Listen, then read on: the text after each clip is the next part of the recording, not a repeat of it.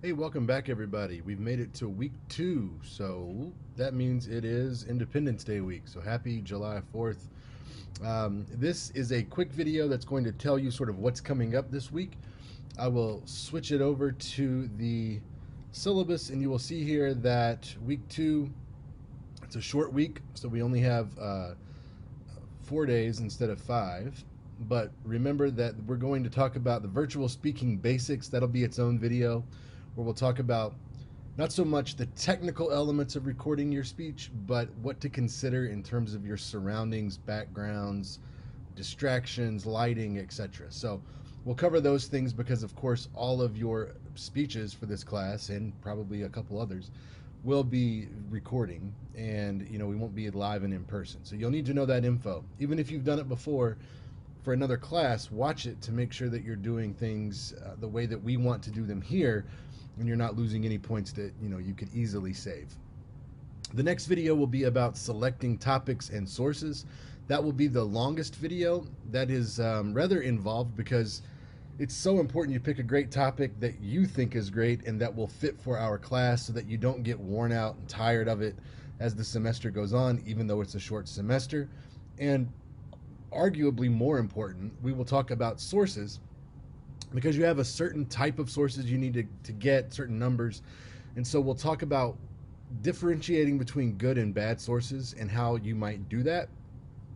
Then last, we will talk about informative versus persuasive speaking. It seems pretty cut and dry, and it is, but I just include that separately because I want to really just reinforce the idea that when you are giving an informative speech, you should try at least to avoid persuasion. And when you are giving a persuasive speech, you don't have to avoid being informative. You should be informative, but you'll frame it and package it in a way that will hopefully change the way your audience thinks about your topic by the end of your speech. Now, over to what is due this week. You've got your topic and sources worksheets. Those are in the course pack just down below here. I will make a video that shows you exactly what I'm looking for with that. Your speech lab tour, the syllabus says that is due this week. I'm going to put a note on Blackboard about this, but I'm going to move that down to the next week. So hear this if you're tuned out, tune back in. Speech Lab visit number 1 is just a tour of the Speech Lab. You go to the website, you make an appointment or drop in, and from there we will just tell you how things work at the lab so that when you come back later, as you see here, Speech Lab visit number 2 for your informative speech, and then Speech Lab number 3 for your persuasive speech, you'll know how the system works and you will be ready to go. You won't have any issues getting in or getting set up. Briefly, while we're here, let me switch over and just show you that and how that's going to look for you. Go with this. We will come to the gvsu.edu/speech lab. You see it there. Now, when you get to our homepage, you could click on this image, and if you do, this will take you into our Google Meet room. We are available in the Google Meet room Monday through Thursday, 10 a.m. to 2 p.m. And if that doesn't work for you, let me know by Wednesday. We'll call it July. What is that going to be? 5th, 6th, 7th, 8th? I believe that's right. So if that's the case, and we'll try to set up a different time for you, but I'm going to move that down so you'll have Tuesday through Thursday of this week, and then of course next week to get that in.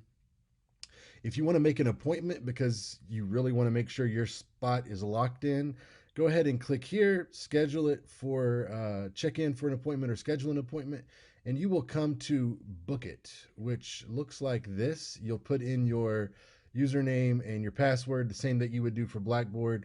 And then it will look like this. You'll click new appointment up here. Mine is slightly different because I'm an administrator, but you will have this new appointment. And if you click that, you will then go here, book it with speech, click that one, and then fill this information out. You will have a drop down box here that has this class listed. Go ahead and select that class. And then the rest of this should be, this can be left alone. This should be virtual. Make sure you change that. Make sure that you give it the date range you want. If you only want 1 day, that's fine. Just enter the same start and end. If you want a range, maybe between now and when this will be due, which will end up being here because we're not open on Fridays. I would always select any consultant, and then you've got options on what you want to do. So you can come here and you see that we're wide open on most of these days. So you can click one of these and then click this box, which just agrees to our privacy, and you can read that here. And then confirm and schedule is what you would click next. If you need to cancel, you can do that. If you need to change things around, that's fine. But go ahead and get in, whether it's scheduled or if you just want to, show up at the front door, if you will, here, that would be fine as well.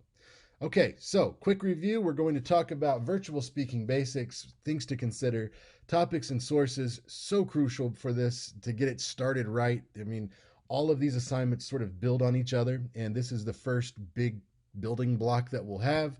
And of course, we want to make sure we remember and understand the difference between informative and persuasive speaking. So with that, I hope you enjoy this week. Have a good Independence Day. Watch these videos and make sure that if you have questions, as always, let me know. Thanks.